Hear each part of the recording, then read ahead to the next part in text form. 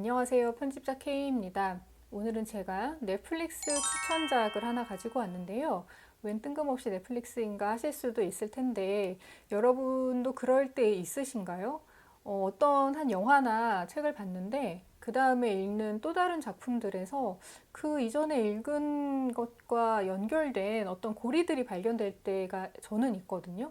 그래서 그럴 때는 뭔가 내가 이런 테마를 가진 책이나 영화나 등등의 것을 좀 봐야 하는 때인가? 내가 그것을 원하고 있나? 라고 자문을 하게 될 때가 있어요. 일단 신기한 기분이 먼저 들고요. 내가 무언가를 인상적으로 봤기 때문에 그것과 연결된 다른 작품들을 아마 발견을 할 수 있게 된다고 생각을 하는데요. 최근에 이런 놀라운 신기한 기분을 맛봐서 여러분들께 추천을 하려고 그 넷플릭스 작품과 연결된 글 두 편을 가지고 왔습니다. 네, 우선 그 시작점이 된 넷플릭스 작품은 테일러 스위프트라는 여성 가수의 삶을 다큐 형식으로 담아낸 미스 아메리카나라는 작품이에요. 이 영화가 선댄스 영화제 개막작으로 선정이 됐다는 얘기도 들었는데 사실은 인물 관련된 다큐나 영화나 책이나 등등을 볼 때는 특히 더 주의를 기울여서 봐야 된다고 생각을 해요. 인물의 삶을 그대로 보여주는 것처럼 보이는 그런 작품들을 볼 때 편견을 가지거나 잘못된 메시지를 아무 비판 없이 받아들일 수도 있다고 생각을 하거든요. 누군가의 삶을 그대로 담는다고 해서 거기에 그것을 담아내는 사람의 편집점, 그러니까 어떤 메시지를 주고자 하는 그 의도가 담기지 않을 수가 없기 때문에 이 작품이 이런 메시지를 나한테 주입하려고 의도하고 있는 게 아닌지를 조금 생각을 하면서 봐야 한다고 생각을 합니다. 미스 아메리카나가 테일러 스위프트라는 여가수의 삶을 담은 작품이다라는 정보만을 가지고 봤는데 약간 좀 긴장을 하고 봐야겠다라고 생각을 했어요. 그러나 이 1시간 반에 걸친 영화를 보면서 제가 얼마나 울었는지 모릅니다. 너무 이입을 하게 되더라고요. 이입도 하고 공감도 하고 여러 지점에서 굉장히 마음에 와닿는 대사나 연출이 많았어서 푹 빠져서 보고 여러분들께 추천을 해도 되겠다라고 확신을 하게 됐어요. 앞으로 보실 분들을 위해서 아주 간단하게만 말씀을 드리려고 해요. 저는 사실 테일러 스위프트에 대해서는 아는 게 거의 없는 상태로 이 영화를 봤거든요. 그냥 가수의 이름, 아주 유명한 앨범 한두 장, 그 앨범도 다 들어본 건 아니었어요. 저처럼 전혀 사전 정보 없이 보셔도 좋을 것 같고 원래 그녀의 팬인 분들이 보신다면 정말 더 좋을 것 같은 작품입니다. 테일러 스위프트는 자신이 직접 곡을 쓰고 작곡을 하는 싱어송라이터인데요. 자신이 직접 자신의 곡을 만든다는 것, 이것이 얼마나 중요한 가치이고 재능인지를 시간이 가면서 깨달았다라는 대목이 나와요. 그러니까 나의 스토리텔링을 내가 할 수 있다는 것, 이것이 나를 여기까지 오게 만든 힘 중에 하나였다. 와 유사한 그런 대사가 나오기도 하거든요. 예쁘고 착한 여자아이로서 사랑을 받던 한 여가수가 자신의 목소리를 직접 내고 자신의 의견을 직접적으로 말할 수 있게 된 이전과는 다른 인생을 자신이 살기로 선택하게 된 그 과정을 담은 작품이라고 할 수 있을 텐데요. 다큐멘터리 시작 부분에 그 테일러 스위프트가 자신이 13살 때 쓰던 노트를 보여줘요. 노트 표지에 4가지가 적혀 있습니다. 나의 삶, 나의 일, 나의 꿈, 나의 현실. 이렇게 4가지가 적혀 있는데 이 영화 전체가 테일러 스위프트의 인생의 이 4가지 테마를 중심으로 꾸려진다고 볼 수도 있을 것 같아요. 너무나 멋있고 프로인 한 여성이 자신의 그 전문성을 가지고 자신의 일터에서 승승장구해 나가는 모습을 보는 것. 저는 멋있는 여성이 멋있게 일하는 모습을 보면 그렇게 눈물이 나더라고요. 그리고 또 하나 지점은 그 여성이 연예인이라는 지점이었는데요. 여성 연예인에게 요구되는 굉장히 많은 것들이 있잖아요. 그게 잣대가 되기도 하고 어떤 기준이 되기도 하고 평가가 특히 되기도 하고 평판이 되기도 하죠. 그런 것들을 막연하지 않고 정말 어떤 실질적으로 화면으로 보니까 눈물이 나더라고요. 예를 들어서 여성 연예인, 여기서 이제 테일러 스위프트가 되겠죠. 테일러 스위프트는 노래도 잘하고 곡도 잘 쓰고 얼굴도 예쁘고 마르고 여러 가지로 굉장히 완벽한 이미지인 거예요. 근데 여성 연예인은 완벽하면 완벽하다고 재수없다는 얘기를 듣는 거죠. 왠지 미워. 왠지 난 쟤가 싫어. 쟤 너무 완벽하고 너무 말랐어. 이런 이야기를 듣고 조금만 살이 찌면 쟤 요즘 배가 나왔어. 뭐 임신한 거 아니야? 왜 이렇게 살이 쪘어? 라는 이야기를 듣죠. 매일매일 자신의 사진을 보는 일이 정말 자신의 정신건강에 얼마나 나쁜지를 테일러 스위프트가 얘기하는 장면도 나오는데, 이런 기준에 부합하는 좋은 사람, 잘하는 사람이 되려고 테일러 스위프트가 굉장히 노력을 많이 해왔던 거예요.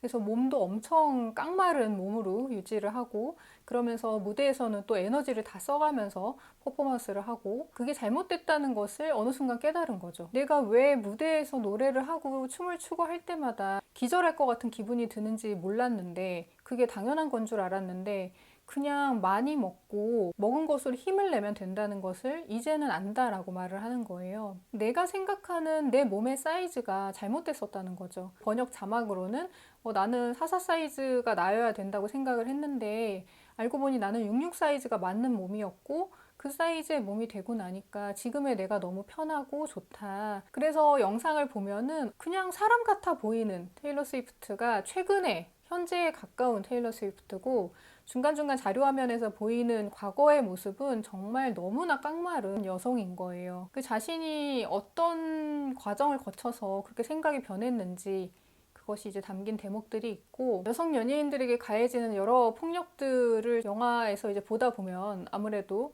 우리가 떠나보낸 한국의 여성 연예인들도 생각이 날 수밖에 없고, 그래서 그 대목이 또 마음이 아파서 눈물이 났습니다.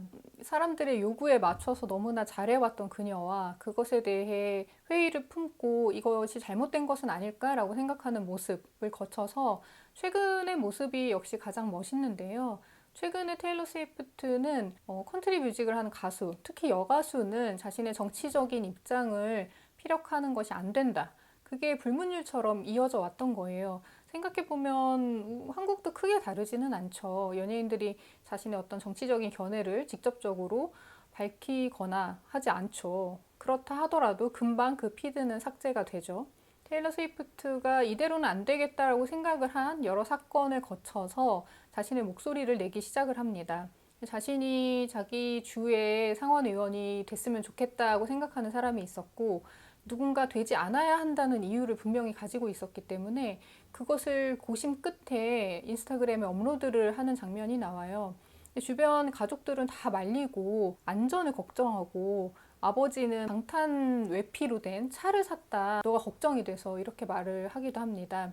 하지만 그녀는 나는 이미 결심을 했고 이걸 할 거기 때문에 허락을 구하려는 게 아니라 미리 용서를 구하는 것이다 라고 가족들한테 말을 하고 인스타그램에 업로드를 합니다. 팔로워가 1억 명이 넘는 정말 메가 인플루언서이기 때문에 상황이 좀 다른 거죠. 그리고 미국은 우리나라처럼 동사무소 같은 데 가서 투표날 투표를 하면 그게 뭐 한 표가 행사가 되는 것이 아니고, 내가 투표를 하겠다라고 미리 등록을 해야 되는 시스템이기도 해서 등록을 하세요. 내가 투표하겠다고 이제 그것을 지지하고 독려하는 얘기를 하기 시작을 합니다. 입에 붙였던 테이프를 떼어낸 기분이라면서 너무 좋다면서 이젠 나는 다 말할 것이다 하면서 계속 그 행보를 이어나가고 있는 거죠. 그러면서 분홍색을 입으면서도 정치 이야기를 할 수 있는 사회가 되었으면 좋겠다. 반짝거리는 글리터를 좋아하면서 이중 자태를 비판할 수 있는 그런 사회가 됐으면 좋겠다. 이거는 그저 양자택일의 문제가 아닌 것이다 라고 이제 분명하게 말을 하는데, 정말 마음에 많이 와닿을 수밖에 없는 대사였죠.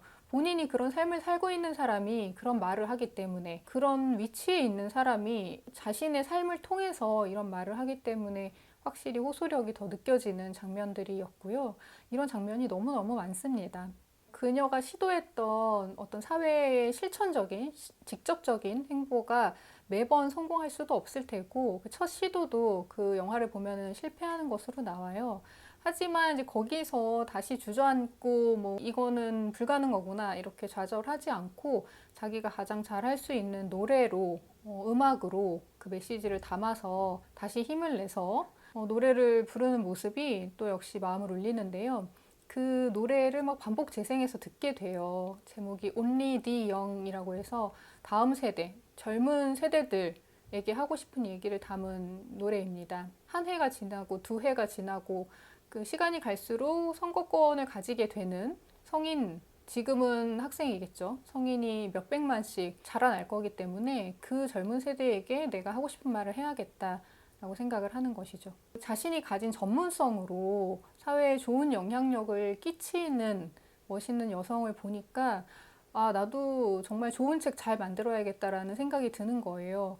내가 내 자리에서 할 수 있는 것이 뭐 그녀만큼 파급력이 크지는 않을지 몰라도 내가 매일매일 하는 어떤 일들, 또 내가 밟아가는 스텝들, 내가 하는 선택들, 이런 것이 가능한 한 선한 영향력, 요즘 이 말 많이 나오죠. 선한 영향력을 가지는 일이라면 좋겠다라는 생각을 하게 돼요. 열심히 살고 싶다는 생각이 드는 그런 영화입니다. 그래서 추천을 하고 싶고요. 최근에 제가 이 영화 생각을 많이 하고 있었는데 그것과는 무관하게 이런 글을 읽었어요. 문학동네 이번에 102호 봄호가 나왔는데 이번에 테마가 여성, 장르, 서사입니다. 그래서 이 테마를 두고 여러 평론가가 글을 실었는데요. 제가 여기서 되게 인상적으로 본 게 강지희 평론가가 쓴 글이에요. 제목이 투명한 밤과 미친 여자들의 그림자 라는 굉장히 멋있는 글을 읽었습니다. 도입부를 살짝 읽어보면은 이런 내용인데요. 그간 많은 여성 서사들이 가부장제 바깥에서 죽거나 미치는 여자들을 통해 사회 구조를 균열시키고 전복을 꿈꾸었다. 하지만 결국 그것이 현실에 어떤 실질적인 변화도 가져오지 못하는 가능성으로만 남는 것을 깨달은 이후 여성 서사의 경향은 바뀌고 있다. 가부장제 바깥이 아니라 안에서 내파하는 방식을 계시하고 있는 것이다. 가부장제의 피해자로서의 여성이 아니라 가학성을 발휘해서라도 가부장제를 부수어 버리는 여성을 보고 싶다는 바람이 다른 장르에 앞서 여성 스릴러를 추동시켰다. 90년대, 2000년대 초까지 유행했던 칙린 로맨스에서 최근에 두드러지는 여성 스릴러의 경향과 그 방향성, 그리고 그런 작품들을 소개하는 글이었어요. 되게 재밌게 읽고 있다가 눈이 가는 작품을 만났습니다. 강화길 작가의 오물자의 출현이라는 단편이에요.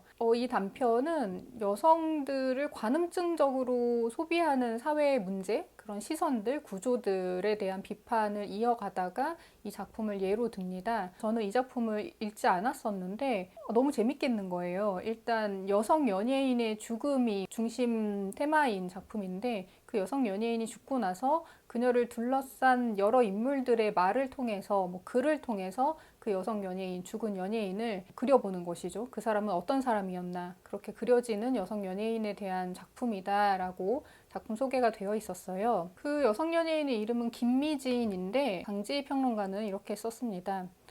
김미진의 비밀과 진실을 알아내려는 어떤 시도도 불가능하다고 말하는 소설이다.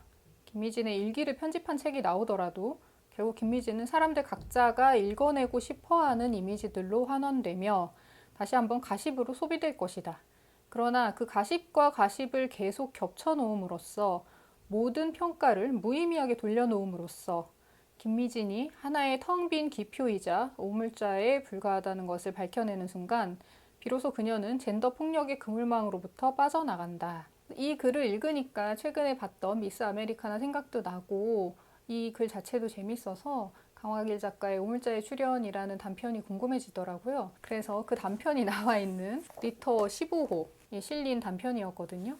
그래서 리터 15호를 찾아서 이 단편을 읽었어요. 너무 재밌게 읽었고 여성 연예인, 인형, 오물자 이렇게 연결이 되는 것이죠. 오물자의 출현은 방금 말씀드린 것처럼 김미진이라는 한 여성 연예인이 죽고 난 이후에 그녀를 가까이에서 지켜본 어떤 사람의 글, 그리고 그 글에 대한 반박, 그리고 또 그녀를 사랑했던 것으로 보여지는 남편이었던 남성이 나오고요. 가까운 거리에서 본 사람들의 말이 전부 다르고 그 무엇도 진짜 그녀는 아니라는 것을 짐작을 할 수 있게 됩니다. 그래서 방금 강지희 평론가 말처럼 이런 가십들이 서로 얽히고 쌓이고 하면서 김미진이라는 존재가 텅 비어버리는 것이죠. 그리고 그 존재는 이미 세상을 떠난 사람이고요. 그래서 한 여성 연예인이 어떤 식으로 오독되고 기억되고 기록이 되는지, 그리고 그녀가 직접 썼다는 일기도 나오는데 그것은 또 과연 그 김미진 그녀의 진실이라고 할 수 있는지, 강화길 작가 다른 작품들처럼 되게 강렬한 단편이었어요. 그래서 미스 아메리카나가 시작점이 되어서 이런 여성의 이야기, 여성의 서사, 그것이 뭐 스릴러 장르가 됐건 아니면은 어떤 논픽션이 됐건 조금 더 읽어보고 싶다, 지금이 적기이다라는 생각을 하고 있습니다. 여러분도 이런 식으로 내 안에 어떤 버튼을 누르는 듯한 작품들을 만나신 게 있는지 궁금하네요. 그런 식으로 링크를 타고 또 타고 넘어가듯이 다른 작품들 만나고 그것이 내 안에서 어떻게 확장되어 가는지 좀 꼼꼼하게 들여다보는 즐거움이 있는 것 같습니다. 그래서 이런 방법을 추천을 해드리고 싶어요. 그래서 어떤 버튼이 눌렸다라는 생각이 드신다면 그냥 지나치지 마시기를 바라면서 처음으로 넷플릭스 추천작을 하나 말씀을 드렸네요. 오늘도 영상 끝까지 봐주셔서 정말 감사드리고요. 저희는 다음 영상에서 다시 뵙겠습니다. 여러분, 제가 이번에 요 문학동네 102호를 영상에서 잠깐 언급을 했잖아요. 여기 실린 강지희 평론가 글 읽은 것을 말씀을 드렸는데 되게 공교롭게도 그 뒷부분에 강화길 작가와 박상영 작가의 인터뷰가 나옵니다. 이번에 강화길 작가가 젊은 작가상 대상을 받았죠. 그래서 그 관련해서 대상 작가와 박상영 작가가 인터뷰를 했습니다. 이렇게 허름한 빈집 같은 세상에 반짝이는 불빛 같은 이라는 제목의 인터뷰가 실렸는데요. 이 인터뷰를 읽다가 재밌는 부분을 발견을 했어요. 강길 작가 단편 가운데 화이트호스, 오물자의 출연, 그리고 음복에 대한 인터뷰 꼭지가 이어집니다. 요 음복으로 요번에 젊은 작가상 대상을 받았죠. 그리고 제가 영상에서 오물자의 출연을 언급을 했고요. 화이트호스는 창비 개간지에 실렸었는데 제가 아직 읽지 못한 작품이에요. 근데 이 화이트호스를 강하길 작가가 자신의 작품 중에 특별히 좋아한다라고 대답을 했고, 몰랐는데 테일러 스위프트의 화이트호스라는 같은 제목의 노래에서 영향을 받은 소설이라고 합니다. 신기하죠? 화이트호스에 이어서 발표한 오물자의 출연이나 이번 음보까지 이 연장선이다라고 그렇게 느꼈다라고 박상영 작가가 얘기를 하기도 합니다.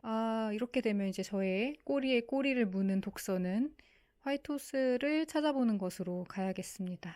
신기한 발견이어서 추가로 촬영을 해보았어요.